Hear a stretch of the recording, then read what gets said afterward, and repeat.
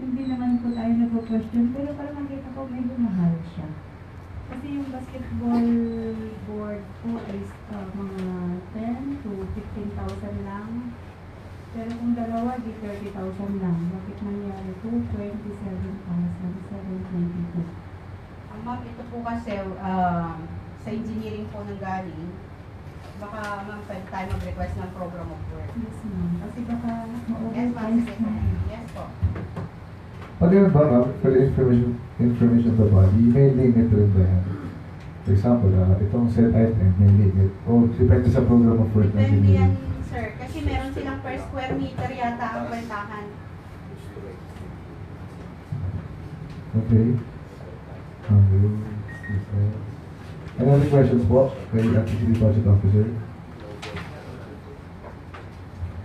So, if we gusto natin ma-clarify po doon sa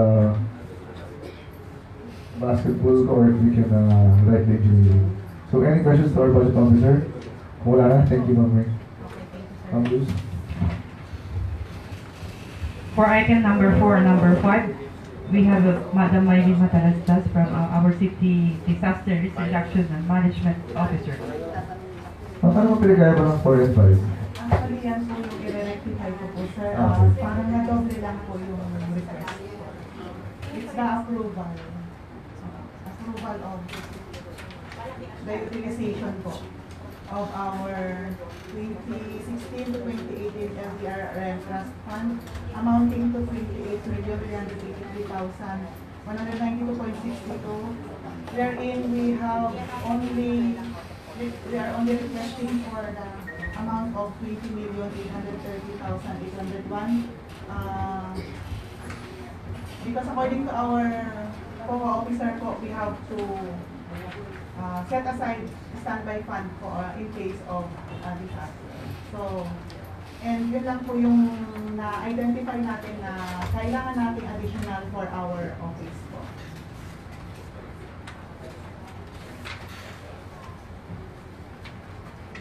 So, are we talking about item number 4 ma'am or 5? Isa na lang po. Isa na lang. Resolution approving and endorsing or resolution approving? Approving po. Yung approving and endorsing po, yun po yung galing po sa CDRRM Council. Nagkaroon lang po ng... So basically, yung plano ng CDRRMO, at the same time, yung pag-purchase ng mga equipment and vehicles. May katanungan po ba tayo? Dito naman. Councilor Raul Bakay. Kung dalang po units of Toyota kung commuter countries to vehicle, ma'am, for rescue lang ito, ma'am. Actually, ambulance po yan, sir. But according to the DBM, sa DBM memo po and sa DILG, bawal po kasi tayo mag-purchase ng ambulance. Bawal po ilagay doon na ambulance. Kaya ang ginagamit po natin talagang term is rescue vehicle.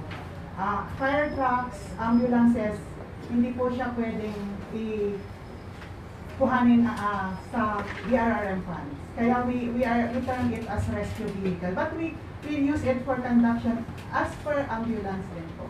Pero ambulance, Yes. ibig sabihin, Yung dalawang ambulance natin ngayon, madadagdagan pa ng dalawa. Ganon pag gagawin. Di ba dalawa lang yung ambulance natin? So, tapos magiging apat na. Yes po. Kasi, Rescue vehicle, but it will be used for conduction, for emergency. Ganon din po yung gamit niya. Yung term lang po yung pinapalitan natin. Kasi hindi po pwedeng... shuttle. Sa menu po, hindi po siya. Nililinaw ko lang ma'am kasi alam nyo siguro yung nangyari dun kay Kapitan Tuco nung nagwawala dun sa office nyo kasi umiram ng ambulance meron yata kayong pagkakaroon na hindi pwedeng alis yung dalawang ambulance, hindi pwedeng mawawala yung isa dapat nakakuan kung agad kayo dun sa kay Kapitan ng Santa Maria na umiram ng ambulance, oo, namatay dun sa loob ng PNP yung tao na iniraman niya kasi mula umaga hapon pa pinairam, namatay yung kuwan. Kaya nililinaw ko lang ma'am na magiging apat na po. I guess it's just a matter of miscommunication po yung dalawang cases po na sinasabi niyo. Pero na-address na po namin yun. Hindi, binukas lang ma'am. Pinag-clarify ko lang na magiging apat na yung Opo. Another question. Ma'am, tanong ko lang, yung ito ba, nakalista, ito-purchase lahat yan? Yes. I mean, itong 2 units Toyota Commuter Van, whistle, rescue truck, microphone, lahat ito purchase lahat. Yes. By this year or... By this year po.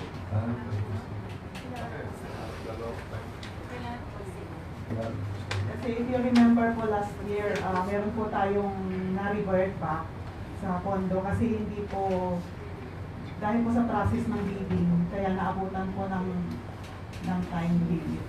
Pwede bang maglagay rin tayo ng emergency equipment dito sa list natin? Pwede ba? Like ano po. Stretcher? Ay actually po, yung pag nakita niyo po yung mga nandito, like yung first aid kits, yung mga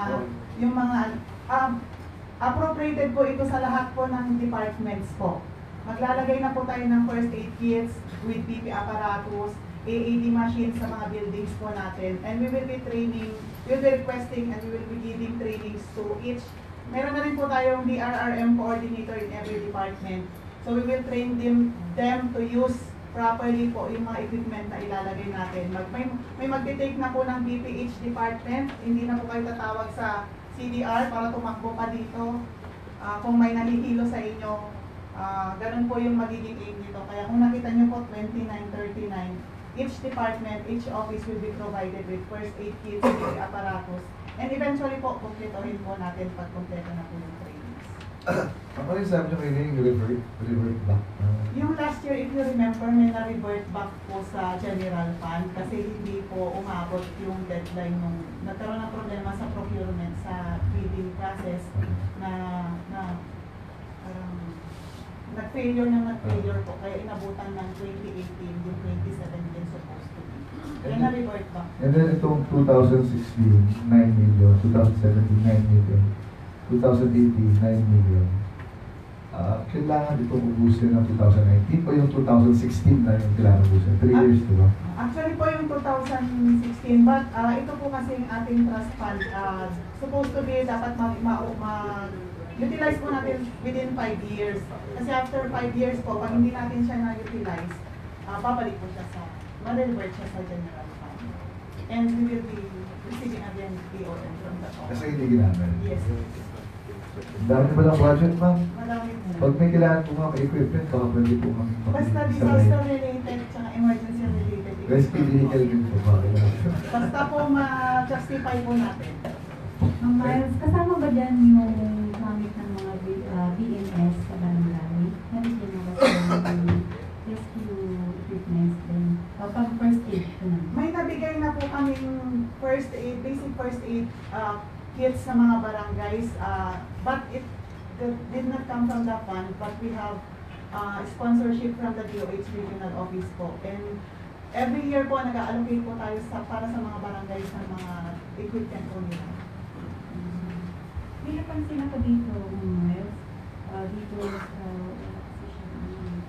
nasa TP, 5 units of external drive, 40 rabal kits, 348,750. Na typographical error yata ito, Ma'am Miles. Yun pong mga, actually, technically hindi po ako masyadong. Yan po yung second phase ng ating CCTV command center. Yung ating mga CCTV installation po, second phase po yan. Mag-a-additional po tayo in the Central Business District and eventually po yung sa 2020 budget po natin. We will be including yung mga entry at saka exit points po ng Alamino City in the provision of CCTV cameras. So yung amount po dyan at saka yung technical specifications po, galing po yan sa ating MIS. We will check na lang po with them. Central area lang. Central business area lang. Hindi For the kasama second yung, phase. oo. Hindi kasama yung mga corner, hindi kasama. Opo, yung mga hindi pa po, yung mga wala pa po ngayon, yun yung second phase natin. Hindi ko lang matandaan kung saan eh. Basta from yung mga sa may Nepo, Suki, dito po sa likod ng legislative, papunta po dun sa may apang. Lalagyan po natin lahat yan. And next year po, lahat po ng entry points from Cabatuan, Inirangan, Alos. Yun, lahat po yan, lalagyan po natin ng CCTV cameras. Councilor Oscar Boling, with Councilor Ganoy. Yes, Mama, wala ba kayong plano na mag-purchase din ng mga BP aparato na ibigay natin sa mga barangay? Kasi ito, as per observation, yung mga BHW, meron tayong mga BHW sa bawat barangay, pero may BP aparato lang sila na available na dalawa lang. Hindi ba pwedeng kornisan natin sila ng BP aparato bawat isa sa lahat ng barangay? Kasi kailangan natin yan eh. We will check po with the City Health Office kasi according to Dr. Orvinada po, may provision po ang DOH for them. Pero yung individually po, hindi ko po alam kung pwede. But we will check po with the City Health Officer. Councilor Ganoy. Ma'am, itong one unit rescue truck, ano po ito? Yan po yung... Laman nito? Yan po yung truck na naglalaman po ng ating mga, lahat po ng ating mga rescue equipment all in nasa isang truck para pag may emergency o may pangangailangan po, nandun na po lahat, sasakay na lang ang crew, nandun na po yung gamit, including ladders, including genset, nandun na po lahat. All in na po, sasakay, aandar na lang po, re-responde na po tayo. Before Councilor De Castro, matanong ko lang ma'am, clarify ko lang ha. Shopping list ba ito? O kasi sa annual investment na nakalagay lahat. Shopping list ba? Meaning, ano dyan, pipiliin yung mga bibili nyo? O talagang lahat ito bibili nyo? Lahat po ito. Lahat. Councilor De Castro? Dito pa sa mga items na i-purchase from letters A to triple lahat ito mapupunta sa opisina nyo or there will be some items which will be given to some other officers? May mga items po dito for the City Agriculture Office, the DSWD po. May mga request po sila na in-include po natin dito. Like yung kay Madam, yung kanilang address system, yung mga Saan yan sa? Hi? DSWD, sir. DSWD. And agriculture. Yung mga training equipment po. Lahat naman po ng equipment natin sa CDR, kung kailangan po ng ibang offices, pinapahiram po natin sa kanila. As long as kaya po nilang gamitin. So, pinapahiram lang, not necessarily na ibibigay nyo sa ibang opisina. Yung Kaya nung sinasabi ngayon, yung first aid kit, bibigay na po yan. EMI na po sa kanila. I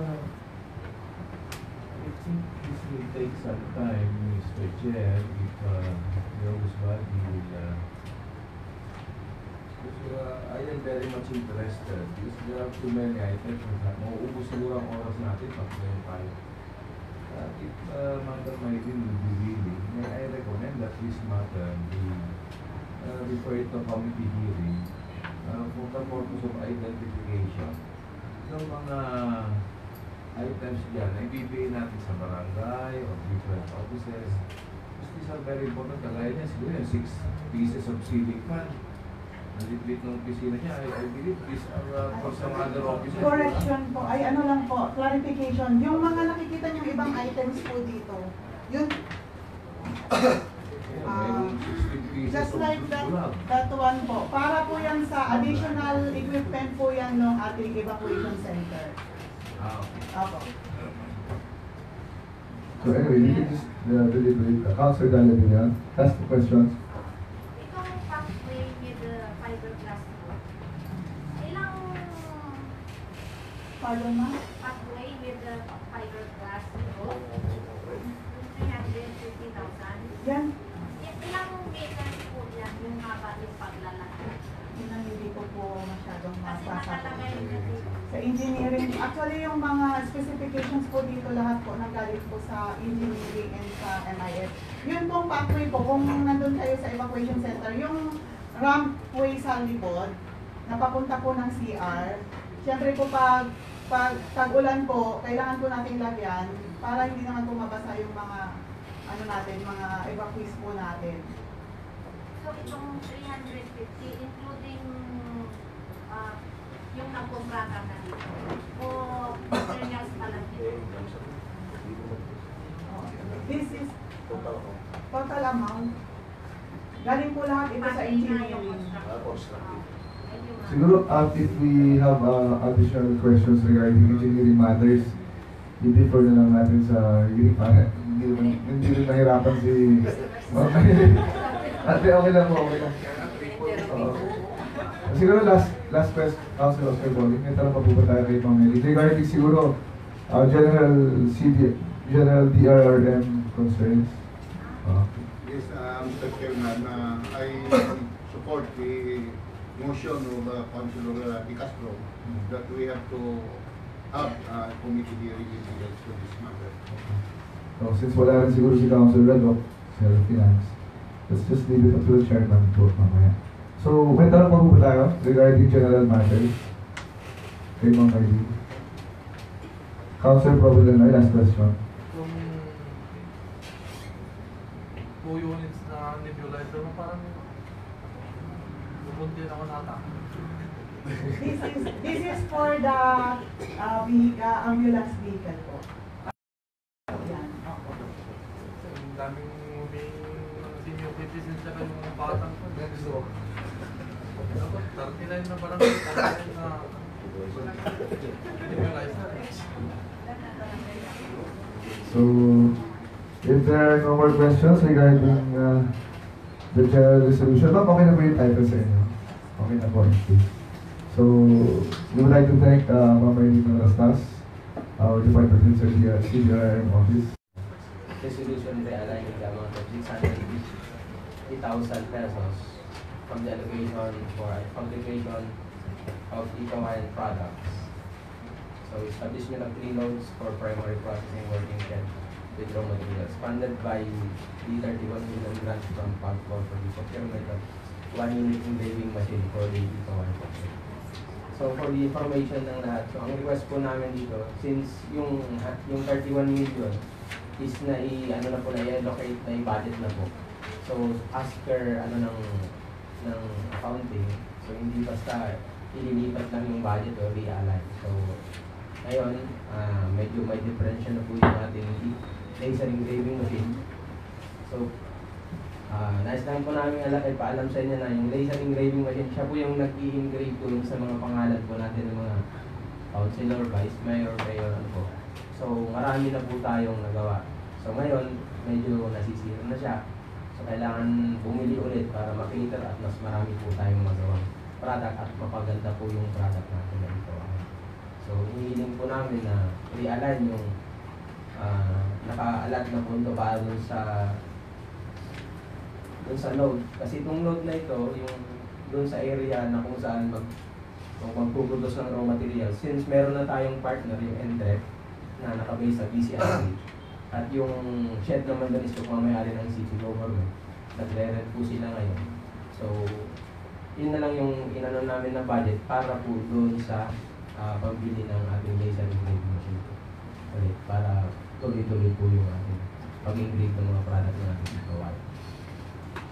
Any questions from the body? Sir, itanong ko lang po. Resolution realigning the amount of 650,000 from the fabrication of eco-wine products funded from the 31 million grant from PAGCOR for the procurement of 1 unit engraving machine. From Ganito po ito. Actually, yung 31 million, hindi po natin nagamit noon. Tapos, binalik po ng PAGCOR yung 14 million plus na kung saan nire-program po natin siya. 14,725,550 So nireprogram po natin. At doon sa program po na yun, Ikas ko lang po. 31 million po yung grant natin. Dati, opo. Binigay sa atin. Hindi natin nagamit. Binalik natin yung 14 million sa kanila. binalik ulit. Tapos binalik ulit, pero reprogram na. Apo. So nireprogram po natin, may component po siya. So equipment modernization, human resource development, sa training. Bamboo nursery establishment. So magkakaroon po tayo ng nursery establishment dun sa Panggarang ano po. So bamboo plantation, magtatanim po tayo ng plantation natin. At processing and manufacturing. So kung saan yung node establishment, yung 900,000 na budget po ng node, yung pag-establish ng mga shed sana sa community, since meron na po tayo sa BCRD, yung 900,000 na yon, kukunin po natin doon yung 650,000 para po doon sa lasering grading machine po natin. So siguro Madam Secretary, can we rearrange na lang the title? Resolution realigning the amount of 650,000 from the fabrication of Ikawayan products, etc., to the PPE for the procurement of the 1 unit engraving machine for Ikawayan factory, funded from the 31. Paki-check na lang po siguro yung title para hindi. Yes, May questions pa po ba tayo kay Suggested? Kung wala na, maraming salamat kay Suggested. Maraming salamat Sir, maraming pong salamat.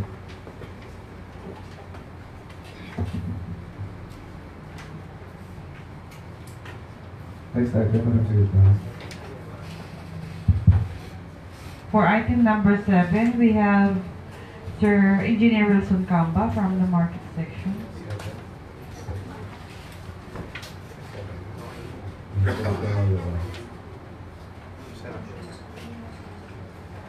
Yes, sir. Magandang hapon po. Yes, our request for a resolution authorizing the city mayor at Brian Celeste to enter into contract with this agreement is due to the existence of our leasable properties. Tulad po ng People's Food Court natin, kailangan po natin kasi yung kontrata para po sa mga teams natin. Although ongoing na po, dahil si Mayor Brian is bago po siya dito, ang dati po pong interma si Mayor Celeste. Kaya kailangan po natin itong resolution authorization po ito. Doon sa may local work din po, mayroon din po tayong food court doon. Mayroon din po dito sa Plaza Irregular sa 4 stalls. At may ongoing pong construction ng mga souvenir stores doon sa tourism area. At kasali din po yung ating public cemetery. Lahat po yung mga yan kailangan po ang visuals ng of this para po sa mga teams. Any questions from the body? Sir, with this ba, iba-iba po mga resolution o isang resolution? Actually, kahit isa lang po siguro kasi doon po sa pagkaintindi ko po doon sa contract agreement o contract of this pipirman lang po naman ni Mayor at Brian. Kasi sir, parang naalala ko nung nagsimula po tayo magpalis out dito sa People's Food Court, meron pong hiwalay na resolution. Nung meron po tayong souvenir sa Lukap, meron din po tayong hiwalay na resolution. So, I assume na ang bawat kontrata ay iba-ibang laman. Di ba?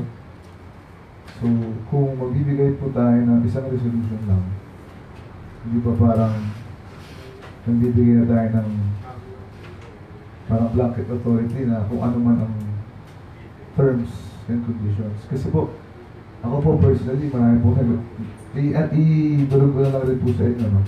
Nagreklamo po, marami po nagreklamo. I think may mga nagsasara po mga shop dito sa People's Food Court.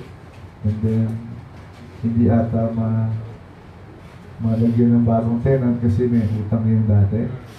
And then, sa Lukap, sobrang mahal daw ng... balita lang naman po doon, no? Sobrang mahal daw po ng signal doon sa pagkain. So, curious lang po ako kung paano po natin, paano po yung kontrata with them ba? Dito, every year ba po ba ang renewal nila? Yes, Your Honor. Actually po, kung maalala niyo yung mga time na may ginawa pong ordinansa o resolution para po dito sa food court. Lahat po kasi ng kontrata na ginagawa, Your Honor, ay base po doon sa na-approve na resolution o ordinansa para dito sa food court. At the same time, kasali po yung Plaza Enrique Braganza stores.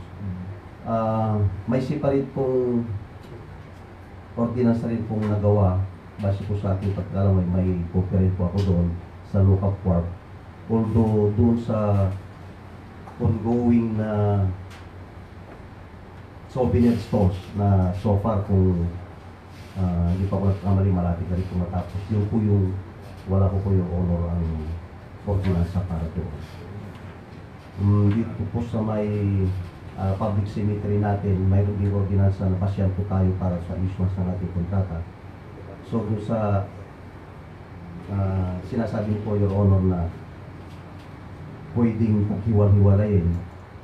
So far, sa tingin ko, pwede rin po yun. Although, sa ating pananaw, kung gagawin pong isa, although i-mention lahat ng mga, o isasay natin lahat ng mga areas na pagbibigyan ng authority para sa tingin ko pwede rin po. Pero nasa inyo po yan. Yun lang po yung, kasi parang sa akin po, worst, hindi po makakaila na magkakaproblema po, di ba? Sa ibang mga, kumbaga, ibang mga panuntunan ng kontrata. So, since we're starting baka pwedeng maayos po natin yung mga terms para hindi po rin tayo mahirapan, mangolekta, or whatever. Kasi, di ba dyan, may parang, I think every year may increase. Yes po. Actually po doon sa ginawang ordinance noon, every year po yung renewal ng contract. Mayroong 5% increase every renewal po yun, kaya yearly po yun. Plus the surcharge of 2% for non-payment on time sa mga storeholders natin.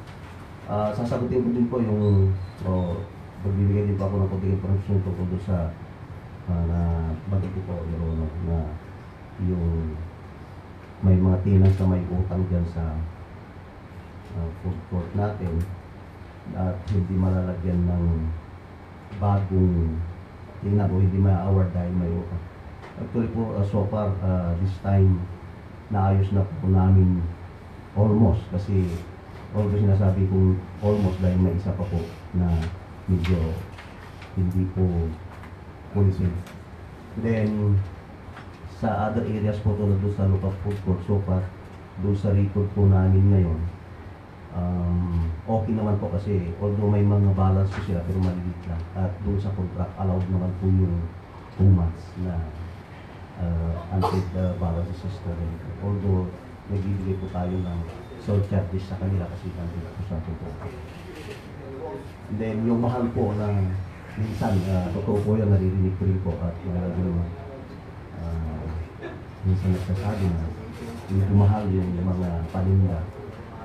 So far siguro yung understanding ko po yung doon sa lookup kasi dahil puntahan ko kasi na turista kaya siguro po yun yung isang tendency na mataas po, mas mataas yung bilihin o yung presyo ng bilihin po doon. Pero so far sa pagkalam ko, hindi na po siguro yung sa video. Kasi sa kanilang decision ko po, gusto ko nila o Salamat, sir. Councilor De Castro, and then Councilor just one concern, engineer.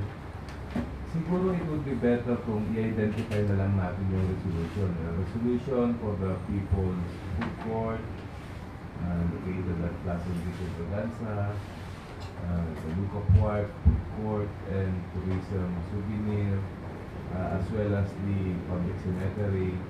Kasi yung last phrase niya, and all other transactions requiring contract of lease and or agreements in the local government unit of the city of Alaminos, all encompassing na yun, blanket authority na, no? So, Anyway, ilan lang naman yung in-identify niya, no? Because in some cities or municipalities, they have already discouraged these types of resolution. Actually, pag nag-base sila ng resolution, they already include that in the proposed contract of lease. Kasi nga, ang nangyayari kasi, nagkakaroon ng bentahan ng rights, no? Yun yung nagiging negosyo. So far naman, dito kasi sa atin, hindi naman masyadong nagkakaroon ng tindahan ng rights, no? So, okay lang. Pero I would suggest that it would be better to identify each, how do you say that, each portion, kung ano yung food court. Kapag lalagay natin lahat yan, kapag gusto nilalagay yung contract of lease, walang subleasing, di ba? Pero kakaka na lang, iba na lang yung nagbabayad. Diba? So supposedly sa may ibang municipalities ang ginagawa na nila, individual na actually yung mga contract of lease na sinasabi. So I suggest, yun lang naman, it's just a concern. No? Because it would be very difficult if it will include the entire leasable portion of the local government unit of the municipality. So just be concerned with the resolution. Yes, I agree, Your Honor. Okay. Councilor Secondary, Councilor Lapago. Yes, Councilor Secondary first, and then sorry. Just an inquiry, sir. Who determines the amount of rent sa mga establishments, and how do you come up with it? Do you know how do they come up with the amount of the rent per establishment? Yes, Your Honor. Actually, yung ginagawa po naming contract of lease, binabase po natin lahat sa mga lumalabas na ordinansa na ginagawa na approve po dito sa legislative body. So, we are only doing the contract of lease if we have a basis. So, yung ipot-put natin, yun po yung binigay sa amin na approved ordinance, kaya yun po yung nilalagay namin po sa kontrata. Ganon din po sa lupa. So, kasi this is in connection with what our Vice Mayor, the presiding officer, has been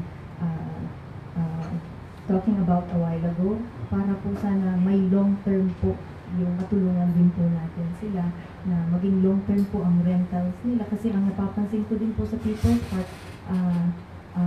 palit po ng palit yung mga ating mga lessons. Lessee pala, sorry. Actually, mali po yung informasyon nyo kasi, yeah. So far yung mga nandyan mula nung inaward natin, 3 pa lang po atang napalitan. Then, so far kasi kaya binibigyan po natin sila ng yearly na contract lang po dahil yung mga iba, 1 buwan, 2 buwan pa lang po, lugi na, umaatras na. If you are going to give them short-term contract lang po, may time po sila hindi na po mag-renew kung hindi na po nila tayo. Kasi yung mga iba, kung papasok po ng malaking o mahabang kontrata, ang pagkalang po pagka hindi mo natapos yung kontrata, based on contract po yun, babayaran mo yung remaining time, kaya yun po yung advantage po kung short-term yung ibigay natin kasi maligit na po ang negosyante yung Precise time to be corrected. Thank you. Councilor Lapago. yes. Gusto sa contract of lease, di ba may mag-limit ka sa mga mag-mat at batch 2 mas kasi nagkakaroon pa tayo ng mga pending na payment na sila. Actually po, Your Honor, doon sa mga ordinansa na na-approve, ganun po yun. Magbibigay sila ng 2 months equivalent amount sa kanilang rental na as deposit and 1 month advance po sa renta.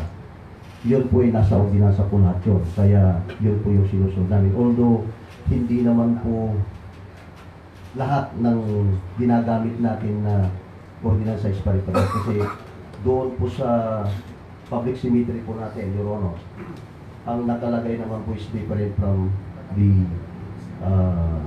food court or the souvenir stores or the stores at Plaza and Beauty Bar. Sige. May tatlo ba? Councilor Raul Bakit at Councilor Ranoy. Sir, yung mga nakakontract list ba, halimbawa dun sa lupa, halimbawa may yung isang store doon na nakakontrata, gumagawa naman kung hindi maganda yung ginagawa ng fund, pinag-discourage din yung o pinag-review pa rin yung ganun na Yes, Your Honor. Maganda po tanong yung binating po sa atin. Actually po, doon sa regulation, doon sa kontrata, Your Honor, ang nakalagay lang doon, pag 2 months consecutive na hindi po nagbayad ang isang leasing o stallholder doon sa isang pwesto, ay natiterminate po yun. Although, ganoon po yung nasa kontrata, pero yung apila, yung hiling, doon po nagdidepende kung makaka-renew ba siya, mapu-call out ba siya doon sa pwesto niya. Kaya pabot ko po ito, Your Honor, kasi may mga experience kami na nangyari. We are already closing the store. May order po, ipupos namin ng store. Pero, pumunta sila kay Mayor. Sumapila kami ng pabor. Binigyan ni Mayor ng pabor. Kaya, hindi po nagtuloy na isa. So, nagdidipindi po sa desisyon ng Chief Executive po yun para makarenew o hindi. Kasi, doon sa kontrata, ang nire-represent na sinasabi nating leasor the city, which is represented by the city mayor. And the leasing is the storeholder. Kaya, between the leasor and the leasing, nakalagay din po doon na nagdidepende sa kanila kung pwede silang mag-renew o hindi. Yun po. So siguro, kung marami pa tayong katanungan, we can... Councilor Noy. Sorry, last question. Sir, yung mga pisto dyan, kung sakaling hindi nakabayad ng isang buwan, 2 buwan, 3 buwan, bago nyo patawagin, bago nyo pamilin yung rest nila, ilang buwan yung pinaka-maximum na utang ng buwan, yung tindahan, bago nyo pawiin yung stall? Yes, Your Honor. Actually, sa kontrata, 2 months. May experience po tayo dito sa food court na nagkaroon po ng 10 months, 12 months.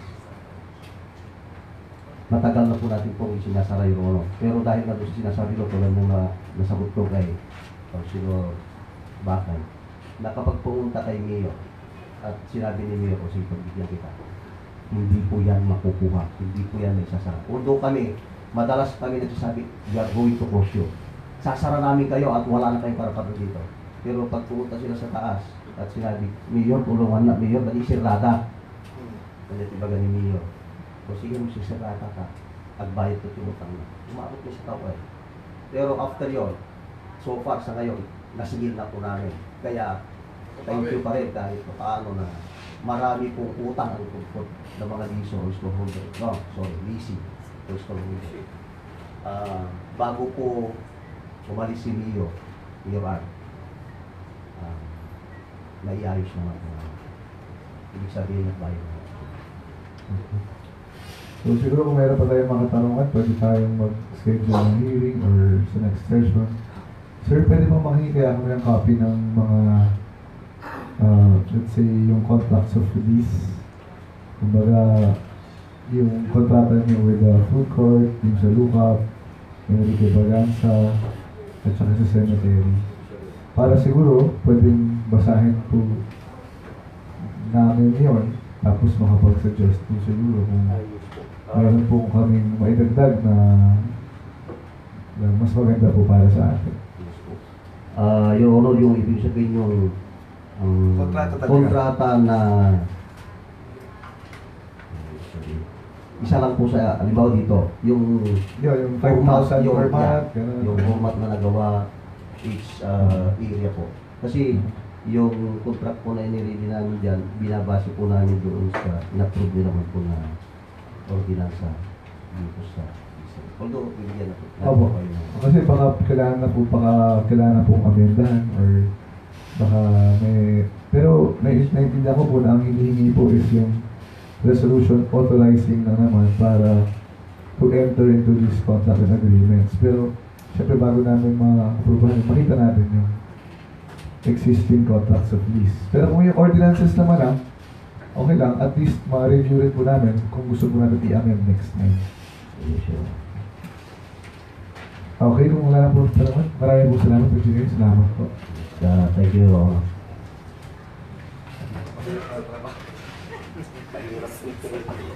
Sobrang hirap po kasi yung mga problema dito, tao po yung Yun nga eh. dami po. Matanong lang nandito ka na rin naman. Paano ba yung sa mga yung area?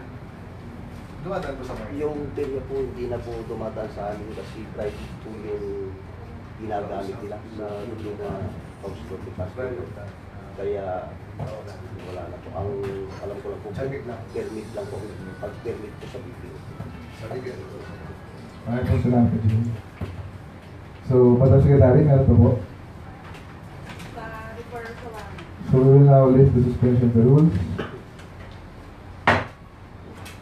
So, what is the pleasure of the body regarding item number 1? Councilor Apollonio G. Bakay.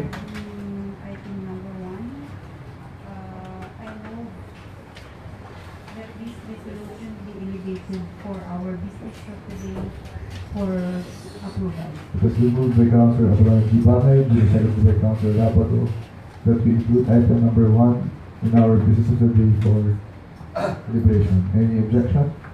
Hearing none, the said resolution is included to our business of the day. What is the pleasure of the body regarding item number 2?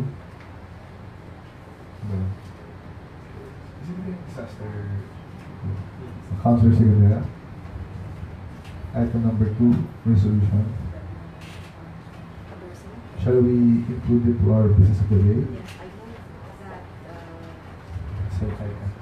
the said item be elevated to the new business of the day for deliberation. It has been moved by Councilor Sigandera, seconded by Councilor Raul Baque, Councilor Padilera, that we include item number 2 in our business of the day for deliberation. Any objection? Hearing none, the motion is carried. Item number 3. In the absence of Councilor Radok, Councilor Apollonio G. Bakay, what is the pleasure? Item number 3. Under item number 3,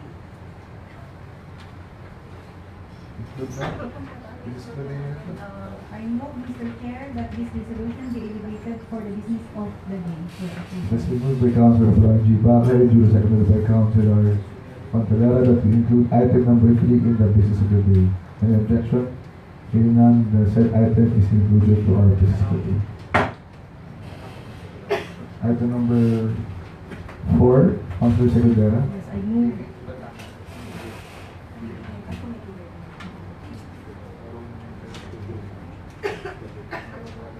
So, we might have a few more questions regarding item number 4. 4 and 5. Oh, 4 and 5. So, should we schedule a committee hearing or during the session na lang? Sige, committee hearing na lang. Nating na sinong siya. Councilor Secretary, kailan po yung gusto i-set ng hearing? Next week.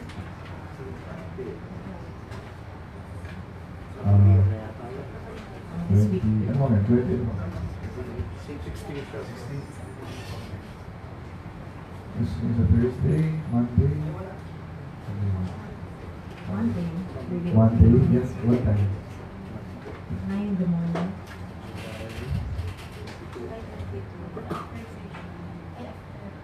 So, Councilor Secretary moves to schedule a committee hearing regarding the said item number 4 on July 22, 9 o'clock in the morning. Please invite the CDRM office and the city engineer office. At sa mga may katanungan po dun sa mga items or may gustong i-bawas or i-dagdag, sana mga attend po tayo. So, seconded by Councilor Padilera. Any objection? Councilor Dari de Leon. If there are no more amendments and objections, the committee hearing is set on July 22, 9 o'clock in the morning. Next item, item number 6. Councilor Provillenoy, the chairman on agriculture.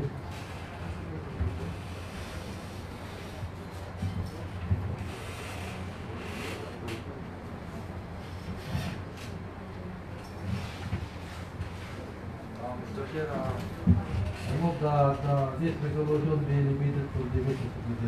It has been moved by Councilor Provillenoy, duly seconded by Councilor Apolonio G. Bahay that we include item number 6 to our business of the day for the debate. Any objection? Hearing none, the said item is included to our business of the day. Item number 7. Shall we put it to hearing or defer to our next regular session? Okay, pati yung mga kontrata? Mr. Chair, I have no, what I'm just asking is that it be itemized, one for the Lucas, Plaza Enrique, and then sa cementerio. Instead na consolidating all of these resolution. Chair moves for the one of the process. Ano ba yun? Tapos bahala na yung ano? Hindi, parang, kasi naalala ko nung mermaids. Tumaan pa sa atin yung mga ano. Kaya nga, I am moving for the exclusion of the yung, yan no? All other transactions requiring contract of lease and or agreements in the local government unit of the city of Alaminos, Pangasinan. Kasi yung price na yan, kapag nilagay natin sa resolution yan, kahit na saan parte na yan, because it covers the LGU ng Alaminos na. Okay. So instead, yung one resolution authorizing the city mayor to enter into renewal contract of lease with the lessees of People's Food Court at Plaza Enrique Braganza, and then Lucapwar Food Court and tourism souvenir stalls.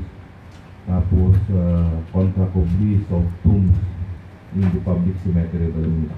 Pero if pag nagbigay ba tayo ng authority, not necessarily nakita natin yung terms.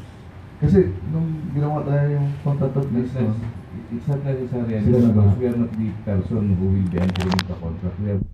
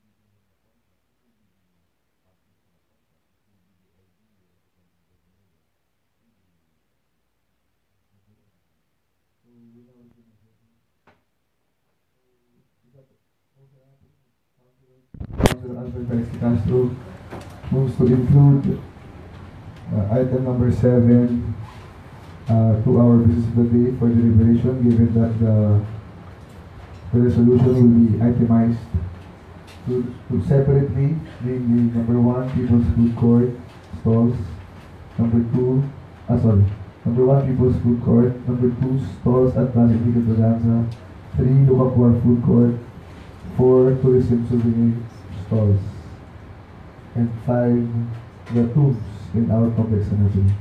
One resolution or 5 resolutions? 5 resolutions. 5 resolutions or 1 resolution is 1, 2, 3, 4.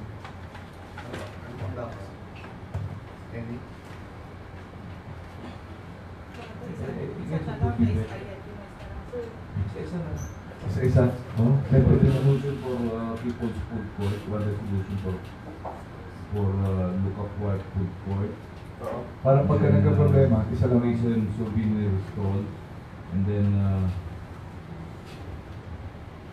tombs in our public cemetery. Five. There will be four. 5. People's Food Court, Enrique Buganza, Luca Court, Tourism Souvenir Stores. Isa lang ba yung People's Food Court? Saka Plaza Enrique Berlanga? Iba.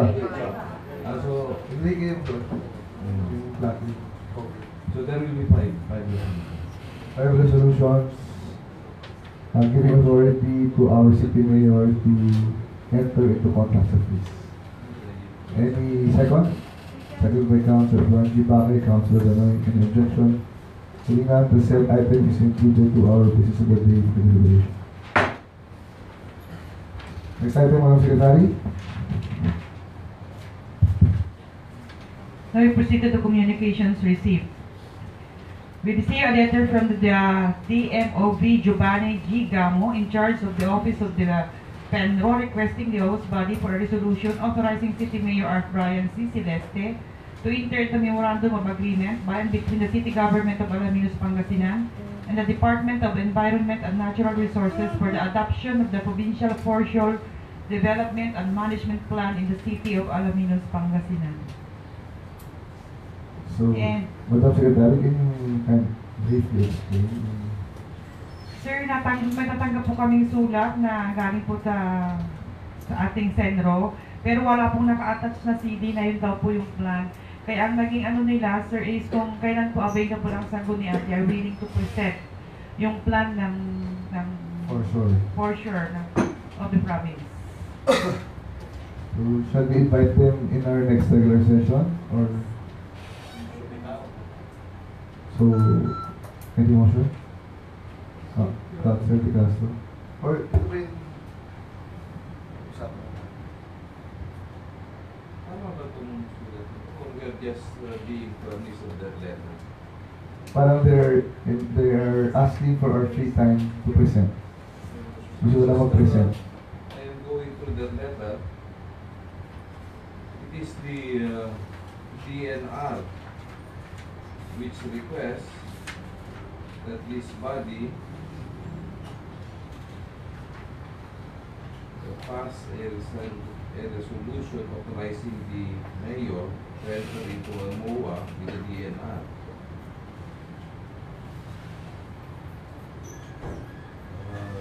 For my humble opinion, the request should be coming from the mayor.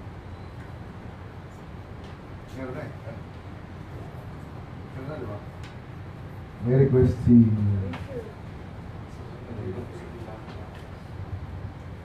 Sumulat siya sir sa mayor para po i-request na sa kanya mag-alap ng resolution.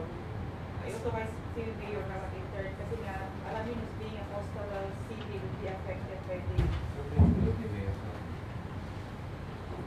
sir, no, binigay lang niya sa atin sir. Okay. The letter is addressed to the city vice mayor by Yes, sir. Giovanni Gamo. Yes, sir. Isa, may attachment po. May attachment po. Wala sir, walang attach sa page lang No yan. attachment. At ang nakalagay po dyan, may notes si Senro natin na no city attach. So, willing naman daw po sila mag-present sa atin. Ay, sa inyo. So, siguro we'll invite them in the next regular session to hear them out. Yeah, it's just a communication. There is no harm in inviting them to present this beautiful preservation of the plan for the medium-term and long-term goals for the development and management of our forestry, specifically for the 14 coastal cities and municipalities in the province of Pangasinan. Okay? Thank you. So, Madam Secretary, kindly write a letter to Mr. Gamo that we can invite that they can present in our next regular session. Or siguro 3 o'clock, no? Para maaga. 3 o'clock ng July 23.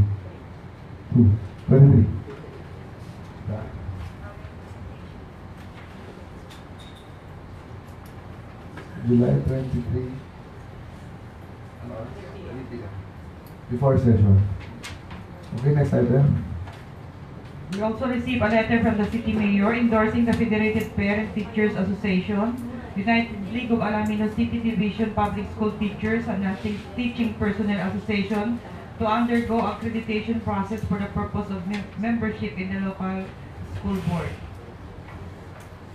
Okay, we shall forward this to the when we accredit the said organizations during the hearing. Have we given out the letters, ma'am? First week of August. Okay, so please keep it in file. Next item, ma'am. Now proceed to the committee report. The first item is a joint committee report from hearing held on July 10th regarding the review of Barangay Ordinance Number 2019-01 of Barangay Baloy-Daan, entitled An Ordinance Amending Barangay Ordinance Number 2, Series of 2008, entitled Revised Revenue Code of Barangay Baloy-Daan, Alaminos City, Pangasinan. Councilor Apollo G. Bakay. The initial hearing was conducted on July 10, 2019. Present were Councilors Michelle Sigandera, Berna Rabago, and yours truly. Present likewise were members of the Barangay Council of Baloy-Daan. During the hearing, Barangay Kagawad Wilma Bautista explained to the committee that the purpose of the proposed amendments is to impose additional taxes, fees and charges on items, activities, business operations, certification and clearances to generate income. The proponent was asked by the committee about the distinction between the small scale and big scale in relation to stores or retailers. Kagawad Wilma Bautista explained that a small scale store has a capital of not less than 5,000 pesos. More than that falls to the big scale. Though this committee has considered the noble intention of the proposed measure and its conformity with Section 240 of the Local Government Code, still, this committee believes that there are vital matters that need to be done and corrected in the proposed ordinance itself. Hence, this committee decided to elevate the matter before this august body for the further review. In view of the above stated findings, the committee hereby moves for the adoption of its committee report and that the matter be elevated in the business of the day. Okay na ba? Wala na. So, there is a motion. Councilor Apollo G. Bakay moves for the adoption of this committee report and the said item be included to our business of the day. Any second? Seconded by Councilor Secretary and Councilor Raul Bakay, Councilor Raul. Any objection?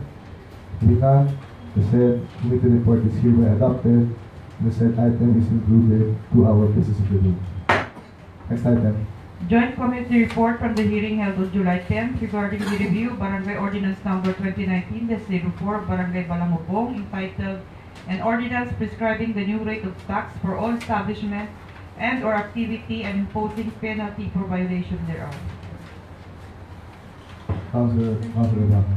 The hearing was conducted on July 10, 2019. Present were my colleagues, City Councilors Michelle Sigandera and Berna Rabago. Also present were members of the Barangay Council of Balangubong. Barangay Balangubong desires to impose new rates of fees and certain business and certain activities within their barangay and imposing penalties for violating thereof. During the hearing, some modifications and insertions were made in some provisions of the proposed ordinance as follows. Section 2-4 on social benefits, instead of 10%, a fixed amount of 500 pesos. Section 2-6, the inclusion of piggery was considered and added. Section 2-14, illegal dumping of garbage, maximum penalty of 1,000. On Section 2-15, illegal selling of liquor and cigarettes to minors, maximum penalty at 1,000 pesos. And Number 5, Section 4, any person found violating any of the provisions of this ordinance shall be fined in the amount of 500 pesos